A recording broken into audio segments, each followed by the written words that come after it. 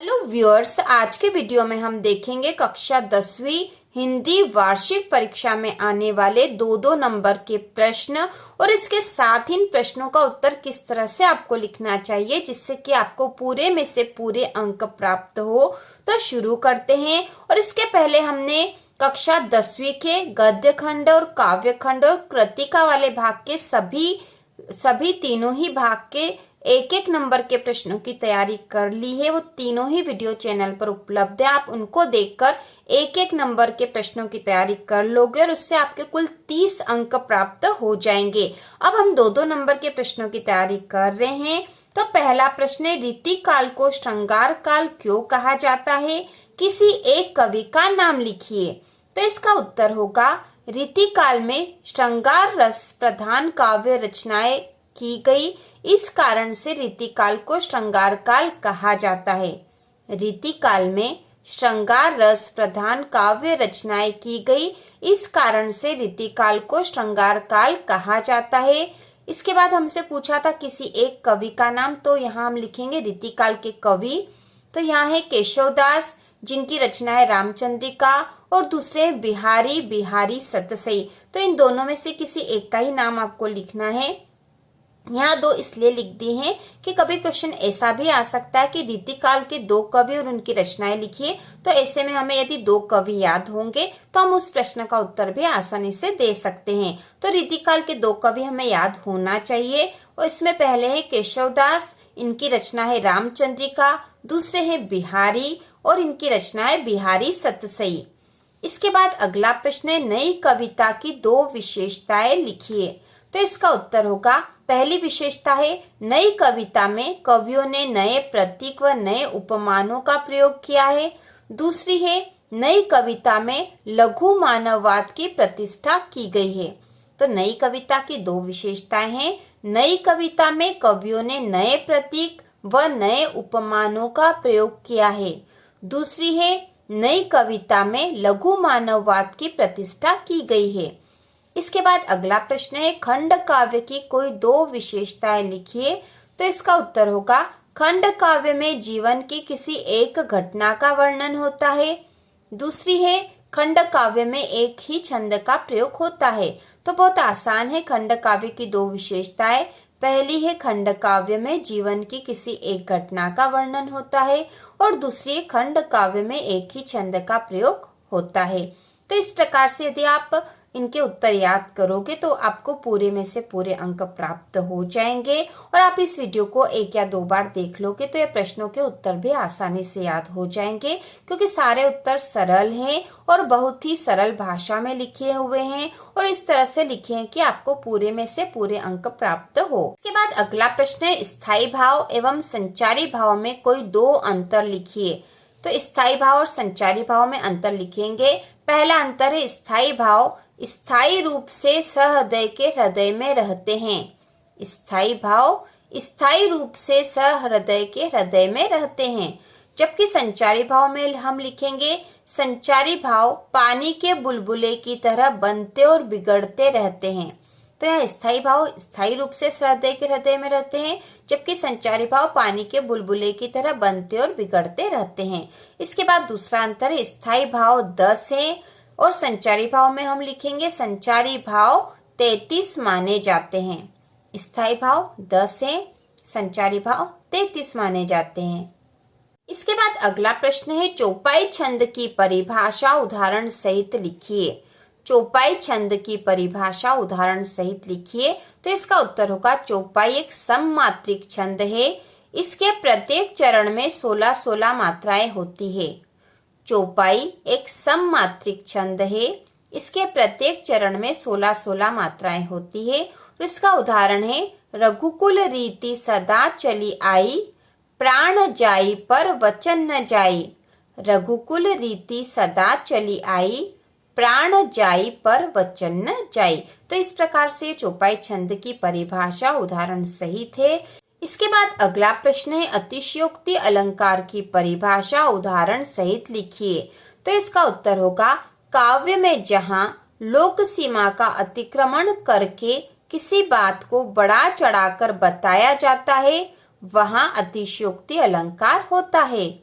काव्य में जहाँ लोक सीमा का अतिक्रमण करके किसी बात को बड़ा चढ़ाकर बताया जाता है वहाँ अतिशयोक्ति अलंकार होता है। और इसके उदाहरण है, हनुमान की पूंछ में लग न पाई आंख, लंका सारी जरी गई, गए निशाचर भाग।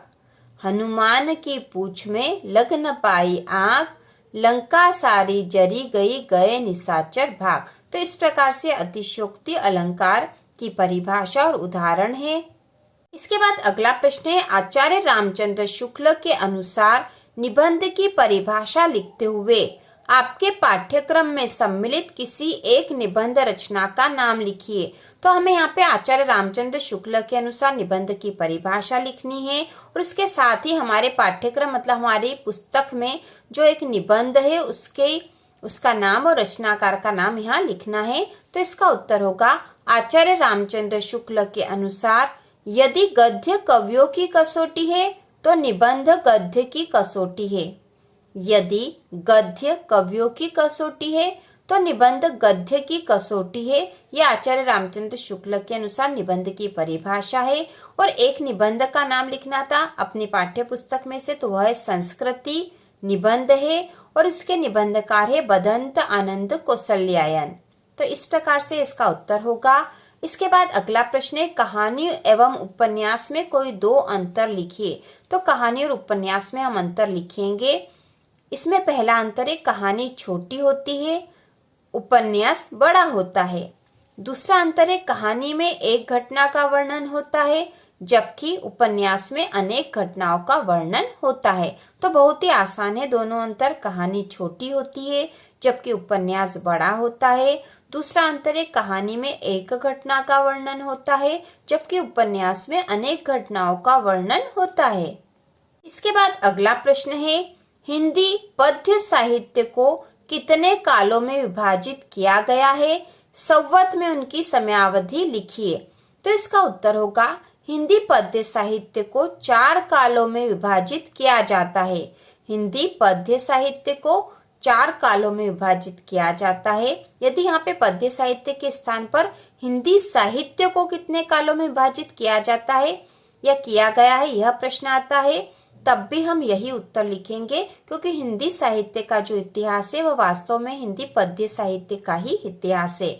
तो ये 4 काल है। पहला काल है इसमें आदिकाल या वीरगाथा काल।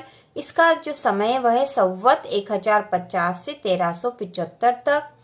दूसरा है भक्ति काल या पूर्व मध्य काल।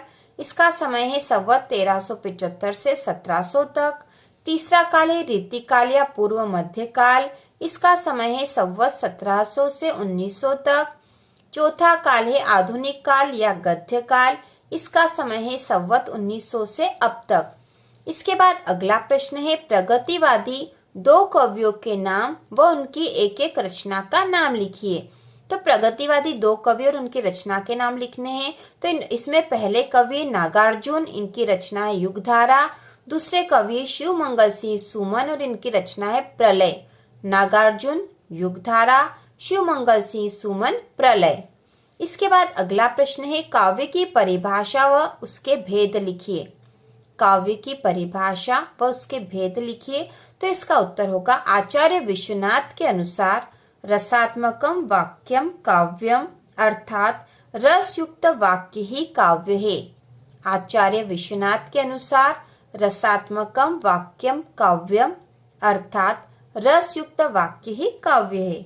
काव्य के 2 भेद है, दृश्य काव्य और श्रव्य काव्य। इसके बाद अगला प्रश्न है, मानवीकरण अलंकार की परिभाषा उदाहरण सहित लिखिए। तो वेरी इंपॉर्टेंट है मानवीकरण अलंकार की परिभाषा उदाहरण सहित। तो इसका उत्तर होगा, काव्य में जहाँ प्रकृति का मानवीकरण किया जाता है या प्रकृति को मानवीय क्रियाकलाप करते हुए दिखाया जाता है वहाँ मानवीकरण अलंकार होता है। फिर से देख लेंगे, काव्य में जहाँ प्रकृति का मानवीकरण किया जाता है या प्रकृति को मानवीय क्रियाकलाप करते हुए दिखाया जाता है वहाँ मानवीकरण अलंकार होता है। उदाहरण है, मेघ आए बड़े बन ठन के सवर के, आगे आगे नाचती गाती बयार चली। मेघ आए बड़े बंठन के सवर के, आगे आगे नाचती गाती बयार चली। तो इसका उदाहरण है मानवीकरण अलंकार का। इसके बाद अगला प्रश्न है करुण रस की परिभाषा उदाहरण सहित लिखिए। तो इसका उत्तर होगा सहृदय के हृदय में स्थित शोक नामक स्थायी भाव का जब विभाव, अनुभाव व संचारी भाव से संयोग होता है तब वहां करुण रस होता है। ठीक है, तो इस प्रकार जो रस की परिभाषा है, सभी प्रकार के रसों की परिभाषा हम इसी तरह से लिख सकते हैं। और रस से संबंधित एक पूरा ही वीडियो है जिसमें रस से संबंधित सारे ही प्रश्न हमने हल कर लिए थे, और उसमें उसको देखने के बाद रस से संबंधित कोई भी प्रश्न आपका नहीं बचेगा। यदि आपने नहीं देखा तो चैनल पर देख सकते हो। इसकी परिभाषा फिर से हम देख लेंगे। सहृदय के हृदय में स्थित शोक नामक स्थायी भाव का जब विभाव, अनुभाव व संचारी भाव से संयोग होता है तब वहां करुण रस होता है। उदाहरण है अभी तो मुकुट बंधा था माथ, हुए कल ही हल्दी के हाथ, हाय रुक गया यही संसार, बना सिंदूर अंगार। इसके बाद अगला प्रश्न है किन्हीं दो प्रसिद्ध कहानीकारों के नाम व उनकी कहानी के नाम सहित लिखिए। तो इसका उत्तर होगा, तो हमें दो कहानीकारों के नाम और उनकी कहानी के नाम लिखने थे, तो हमने कहानीकारों के और नाम यहाँ लिख लिए हैं। पहले है प्रेमचंद, जो कि कहानी सम्राट भी कहे जाते हैं और उपन्यास सम्राट भी कहे जाते हैं। प्रेमचंद की कहानी है दो बैलों की कथा। दूसरे हैं स्वयं प्रकाश और इनकी कहानी है नेताजी का चश्मा। इसके बाद अगला प्रश्न है जीवनी और आत्मकथा में कोई दो अंतर लिखिए। तो ये दो अंतर हम लिख लेंगे। जीवनी में हम लिखेंगे जीवनी किसी महापुरुष के जीवन पर लिखी जाती है, जबकि आत्मकथा स्वयं के जीवन पर लिखी जाती है। जीवनी किसी महापुरुष के जीवन पर लिखी जाती है, जबकि आत्मकथा स्वयं के जीवन पर लिखी जाती है। दूसरा अंतर होगा जीवनी में लेखक तटस्थ होता है, जबकि आत्मकथा में लेखक तटस्थ हो या आवश्यक नहीं है। इसके बाद अगला अंतर हम करेंगे संधि और समास में कोई दो अंतर लिखिए। तो संधि और समास में हम दो अंतर लिखेंगे। पहला है संधि में दो वर्णों का मेल होता है, जबकि समास में दो पदों या शब्दों का मेल होता है। संधि में दो वर्णों का मेल होता है, जबकि समास में दो पदों या शब्दों का मेल होता है। दूसरा अंतर है संधि का विच्छेद होता है, जबकि समास का विग्रह होता है। संधि का विच्छेद होता है, जबकि समास का विग्रह होता है। इस प्रकार से हमने कक्षा 10वीं हिंदी की वार्षिक परीक्षा में आने वाले 2-2 नंबर के प्रश्न उत्तर सहित देख लिए हैं। उत्तर लिखने का तरीका भी हम देख चुके हैं। इसके बाद अगले वीडियो में भी 2-2 नंबर के ही प्रश्नों की तैयारी करेंगे सबसे पहले। उसके बाद हम 3 नंबर वाले प्रश्नों में संदर्भ प्रसंग सहित व्याख्या वाले प्रश्न करेंगे। तो इसी प्रकार के और वीडियो देखने के लिए कक्षा 10वीं की संपूर्ण तैयारी के लिए चैनल को सब्सक्राइब कीजिए।